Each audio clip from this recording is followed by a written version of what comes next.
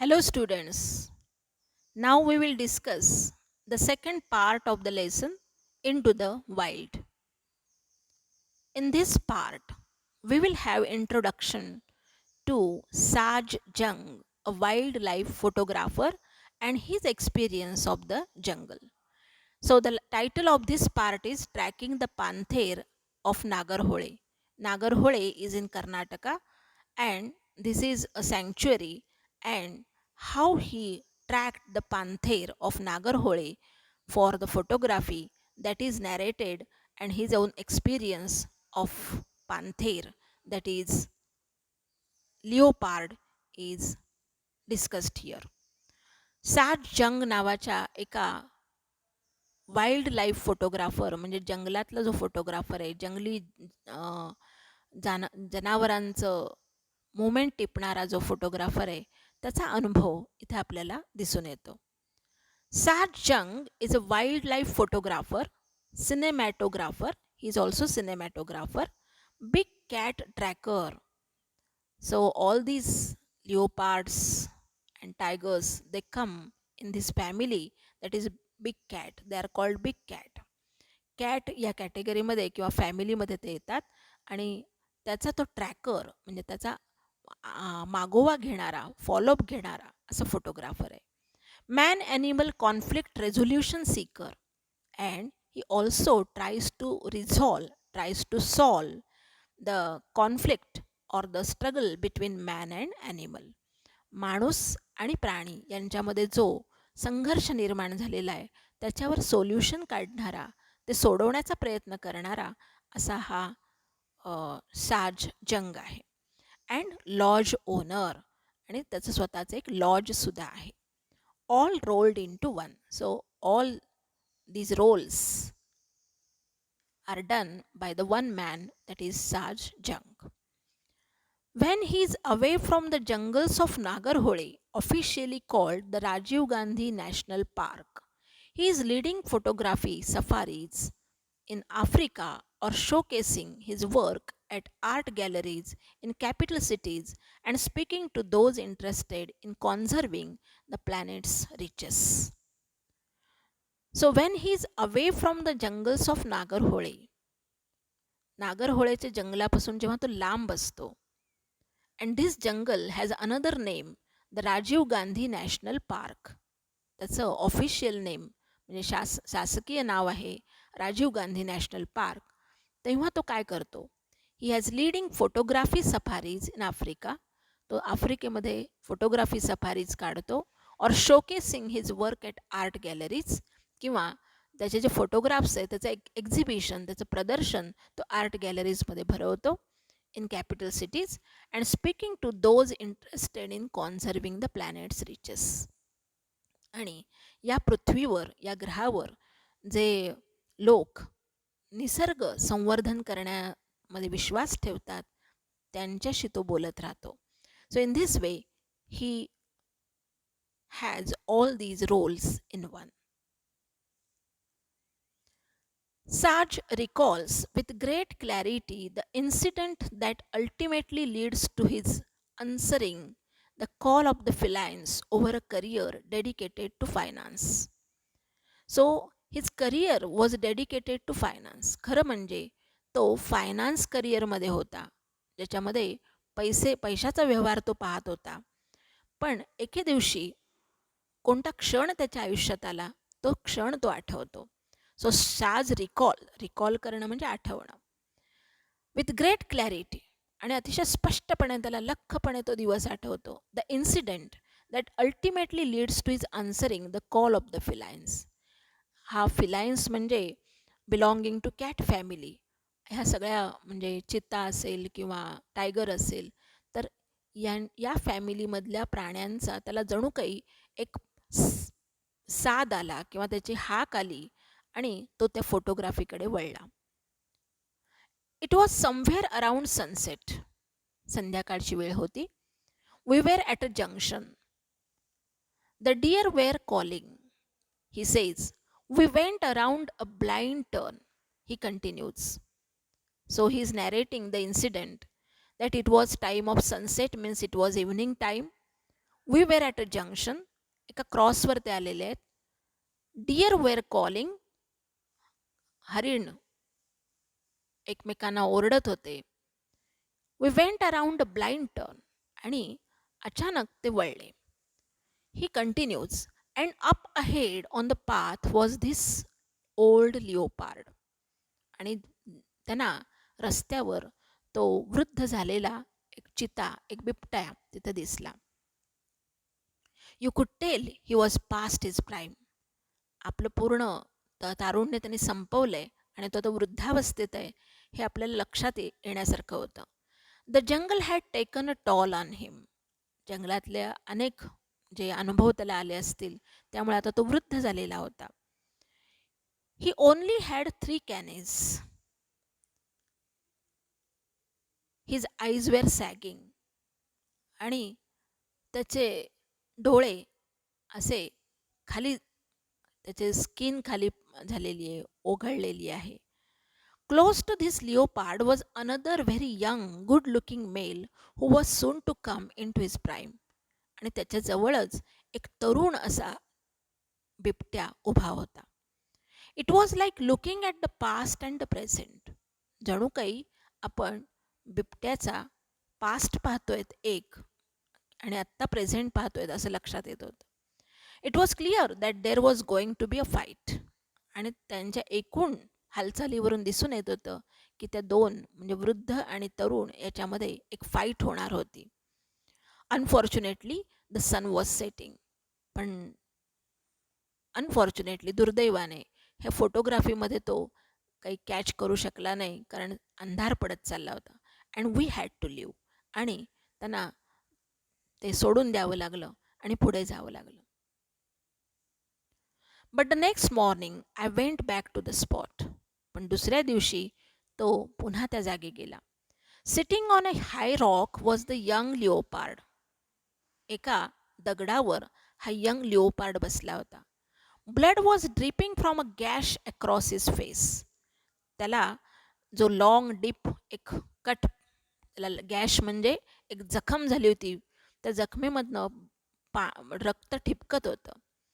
He sat there like he was king of the jungle. आता तो तिथे थांबला होता, तो जणू काही त्या सबंध एरियाचा राजाच आहे की काय. I knew right then that he had taken over, that it was the beginning of a new journey for him. आणि आता त्याचं स्वतःचं एक नवीन आयुष्य चालू होणार होतं as a king of that field. And for me also it was a new life, it was a new journey. आणि त्याचे फोटोग्राफ काढत असताना माझ्या लक्षात आलं की माझासुद्धा हा एक नवीन प्रवास होता टुवर्ड्स वाईल्ड लाईफ फोटोग्राफी. म्हणजे एका करिअरमधून दुसऱ्या करिअरमधनं ते येण्याचा तो दिवस होता, त्याची सुरुवात होण्याचा दिवस होता की ते करिअर होतं वाईल्ड लाईफ फोटोग्राफरचं. Photographs of that leopard. त्या जो तरुण आहे लिओपार्डचं, त्याने त्याचे तो व्हिक्टर म्हणजे विजयी तो झालेला आहे. त्याचं नाव त्याने ठेवलं स्कारफेस, हे त्याचं नाव ठेवलं. As Shaaz named him. Not only made Shaaz famous among India's wildlife community but also led to Shaaz enviable reputation as a chronicler of the wild. पण ह्या त्याचे जे फोटोग्राफ्स त्यांनी घेतले, त्या फोटोग्राफ्समुळे शाज फक्त फेमसच झाला नाही, तर त्याला एक प्रतिष्ठा मिळाली as a chronicler of the wild. की जणू तो त्या जंगलात घडणाऱ्या घटना टिपतोय आणि तो त्याचं क्रॉनिकल तयार करतो, रेकॉर्ड तयार करतोय. अशा प्रकारची एक प्रेस्टीज, एक रेप्युटेशन, त्याला प्रतिष्ठा त्याने मिळवून दिली. Through my journey of photographing Scarface, I have discovered other leopards, his mates, and discovered his nemesis tigers. केवळ स्कारफेसचंच त्याने फोटोग्राफी काढली नाही, तर त्याने अजून जे लिओपार्ड्स आहेत, दुसरे जे बिबटे आहेत, त्यांचा मागोवा घेतला. त्याचे जे मेट्स आहेत, त्याचे जे पार्टनर्स आहेत, त्यांचं त्याने फ्रेंड्स आहेत, त्यांना त्याने डिस्कवर केलं. आणि इव्हन त्याच्याच पद्धतीचे नेमिसिस म्हणजे त्याच्याच जातीतले जे दुसरे हे आहेत टायगर्स, वाघ, त्यांचा सुद्धा त्यांनी मागोवा घेतला. I also discovered the current protagonist of my work, Saya, while tracking Scarface. तो म्हणतो की माझ्या कामाचा जो प्रोटॅगनिस्ट म्हणजे मेन कॅरेक्टर आहे साया, वाईल ट्रॅकिंग स्कारफेस. स्कारफेसचा पाठपुरावा करता करता त्याला त्याचं दुसरा एक त्याला हे मिळालं, प्राणी मिळाला, ज्याचं नाव आहे Saya. This is the world's first black panther, the behaviour of which is being documented so intimately on camera by tracking its moments. हा एक पॅन्थेर आहे, म्हणजे त्यातलाच एक प्रकार आहे, वर्ल्ड्स फर्स्ट ब्लॅक पॅन्थेर. आणि त्याचं बिहेवियर, त्याचं एकूण वर्तन कसं असतं हे डॉक्युमेंट करण्याची संधी त्याला मिळाली. So far, all the research on the animal has been done through camera traps. Through many months of toil, Shaz has managed to collect precious footage, including that of the animal mating, to piece together the incredible landscape of a Black Panther's life. या सगळ्या कामगिरीमुळे शाजला आत्तापर्यंत खूप चांगलं मौल्यवान असं footage म्हणजे photographs मिळालेले आहेत. आणि त्याच्यामुळे ॲनिमल मेटिंग म्हणजे हे ॲनिमल्स मेटिंग पिरियड त्यांचा कसा असतो, एकमेकांना भेटण्याचा किंवा एकमेकांचं जोडीदार बनण्याचा आणि नंतर त्यातून दुसरी प्रजा निर्माण करण्याचा जो काळ आहे त्याला मेटिंग पिरियड म्हणतात. तर तो कसा घालवतात, ते एकमेकांशी कसे वागतात, आणि हे सगळं त्याला त्याच्या कॅमेरामधून टिपता आलं आणि त्याचा एक रेकॉर्ड तो करू शकला. साया, Scarface and Pardus, the leopard that lost to Scarface, have also led Shaz down a different path of discovery. ही सगळी नावं आहेत की ज्या प्राण्यांचा त्यांनी मागोवा घेतला आहे. साया, स्कारफेस म्हणजे तो ज्याला जखम झाली तो यंग लिओपार्ड, आणि पार्डस की जो ओल्ड होता. त्या सर्वांनी त्याला एक वेगळ्या प्रकारची डिस्कवरी, एक वेगळ्या प्रकारचा शोध लावून दिला आहे. Learning about them and the loss to their habitat has led Shaz to create the Buffer Conflict Resolution Trust of India. त्यांच्याकडून तो शिकला, बरंच काही शिकला, आणि सर्वात त्याच्या लक्षात आलं that they have lost their habitat. Habitat म्हणजे राहण्याचं ठिकाण. त्यांचं जे निसर्गदत्त राहण्याचं ठिकाण आहे, जंगल्स, ते आता ते डिसॅपियर होत आहेत, नाहीसे होत आहेत. So they have lost their habitat. त्यांचं घरटं, त्यांचं घर ते काय करतायत, गमावत आहेत. कशामुळे? माणसांमुळे. आणि म्हणून त्याने एक कंपनी किंवा एक प्रकारची एजन्सी त्यांनी स्थापन केली. त्याचं नाव ठेवलं buffer conflict resolution trust of India. Buffer conflict resolution म्हणजे बफर म्हणजे जो जे खेडेगाव आहे, ज्या खेडेगावात ग्रामीण लोक राहतात आणि जवळच म्हणजे त्या जंगलाच्या जवळची खेडेगाव आहेत, तिथले राहणारे गावकरी आणि त्या जंगलात राहणारे जे प्राणी आहेत त्यांचा एकमेकांशी नेहमी संघर्ष होत राहतो, आणि त्याच्यावर काही सोल्युशन काढण्यासाठी त्यांनी या प्रकारची एजन्सी तयार केली. It's an agency that educates villagers who live on the fringe of the forest on the importance of conservation.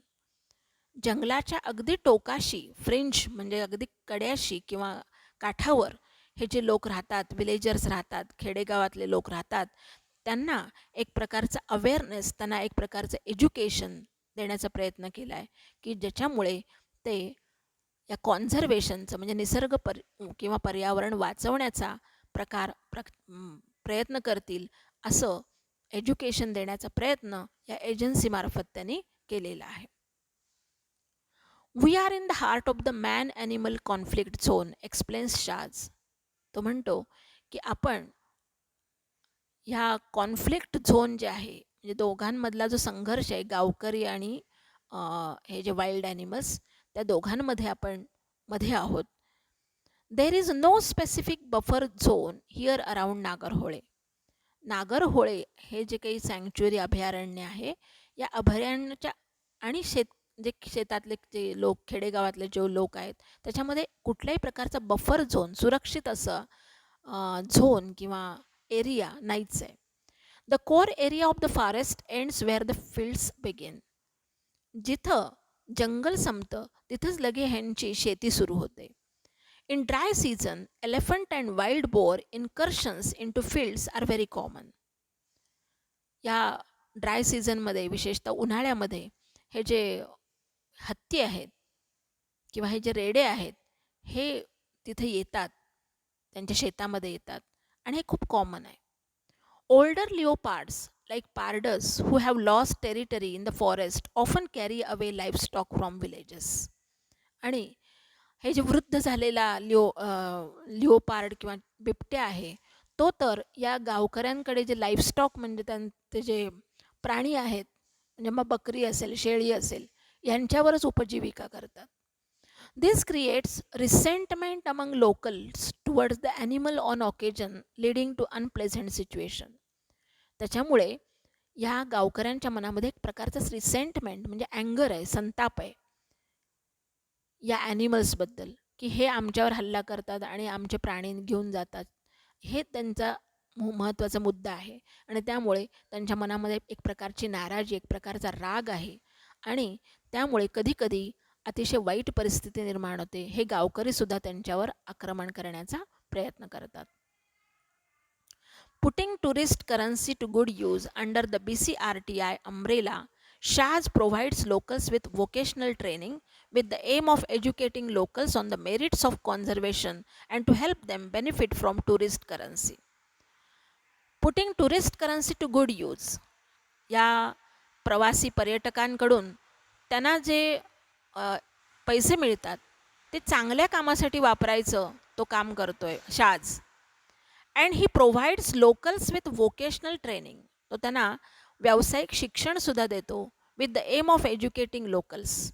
आणि त्याचं एम आहे, त्याचं धोरण आहे की ह्या लोकल्सना म्हणजे ह्या गावकऱ्यांना खूप चांगलं एज्युकेशन द्यायचं आणि त्यांना हे कॉन्झर्व करणे, जंगल राखणं किती गरजेचं आहे. आणि हे बेनिफिट्स कशामुळे मिळत आहेत, तर आपण हे टुरिस्ट करन्सीमुळे त्याला मिळत आहेत आणि त्याचा तो वापर तिथं करतो आहे. म्हणजे थोडक्यात पर्यटनामधून मिळणारा जो पैसा आहे तो चांगल्या कामासाठी वापर करून लोकांमध्ये एक प्रकारचा ह्या निसर्ग संरक्षणाबद्दलचा एक अवेअरनेस तो निर्माण करतो आहे. The visitors at the resort are welcome to volunteer to teach skills training class of their choice. आणि हे जे विजिटर्स असतात, जे पर्यटक असतात, ते या स्वयंसेवकांना आणि हे स्वयंसेवकसुद्धा त्यांना एक प्रकारचं ट्रेनिंग देत असतात. The acquired skills enable locals to find employment with any of the numerous wildlife resorts in the region, if not a faraway city. आणि या सगळ्या स्किल्स ॲक्वायर्ड झाल्यामुळे त्यांना ह्या सगळे कौशल्य मिळाल्यामुळे हे जे गावकरी आहेत यांना एक प्रकारचा रोजगार मिळू शकतो त्यांच्या आसपासच्या सिटीजमधून किंवा आसपासच्या खेड्यांमधून. Madegowda is one such local agriculturist who is trained at BCRTI and is now a certified naturalist employed by the Bison. Bison हे एक रिसॉर्ट आहे नागरहोळेमधलं आणि तिथं हा एम्प्लॉई म्हणजे हा काम करतो आहे ॲग्रिकल्चरिस्ट म्हणून आणि त्याला ट्रेनिंग दिलं गेलेलं आहे. In the past I have lost almost 80% of a season's yield of sugar cane to such animal attacks. भूतकाळाबद्दल तो बोलतोय. I have lost almost 80% of a season's yield of sugar cane to such animal attacks. ह्या ॲनिमल्सनी या मग तो लिओपार्ड असेल किंवा टायगर असेल यांनी अटॅक केल्यामुळे ह्याचं 80% जे ऊस होता तो ऊस नाहीसा झाला होता. But now I use to hate them. आणि त्यामुळे त्याला त्याचा तिरस्कार वाटत असे त्या प्राण्यांचा. But now I have learned how important these animals are and the value of protecting them. पण आता मला समजलं की त्यांना प्रोटेक्ट करणं, त्यांना संरक्षण करणं किती गरजेचं आहे, किती इम्पॉर्टंट आहे आणि हे ॲनिमल्स किती इम्पॉर्टंट आहेत हे मी शिकलो. I have non these jungles for 35 years. तो माडेगौडा म्हणतोय की मी आत्तापर्यंत 35 वर्ष या जंगलाचा अनुभव घेतो आहे. I know where the animals are. कुठे प्राणी राहतात. And I realise I can guide visitors and get paid for it. आणि मी या पर्यटकांना ते प्राणी जाऊन दाखवू शकतो आणि त्याच्यातून मी पैसा मिळवू शकतो. In a way the animals are paying me back. याचाच अर्थ असा की ह्या प्राण्यांकडून मुळेच मला पैसा मिळतो आहे. The forest have taught me many things. So he says की ह्या जंगलाने मला खूप काही शिकवलंय. For instance, for example, listening is a sense far more important than sight. Listening is very important than the sight. What you see and what do you listen. विशेषतः जंगलांमध्ये कान खूप चांगले असणं, तीक्ष्ण असणं किती गरजेचं आहे. नुसतं पाहून चालत नाही, तर ऐकणं सुद्धा किती महत्त्वाचं आहे. You have to switch off your vehicle. तुमचं वाहन जे आहे ते तुम्हाला स्विच ऑफ करावं लागतं. सिट अँड लिसन, आणि तुम्हाला ते शांतपणे ऐकावं लागतात जंगलातले आवाज. For the forest is constantly communicating. कारण हे जंगल तुम्हाला काही ना काही सांगत असतं.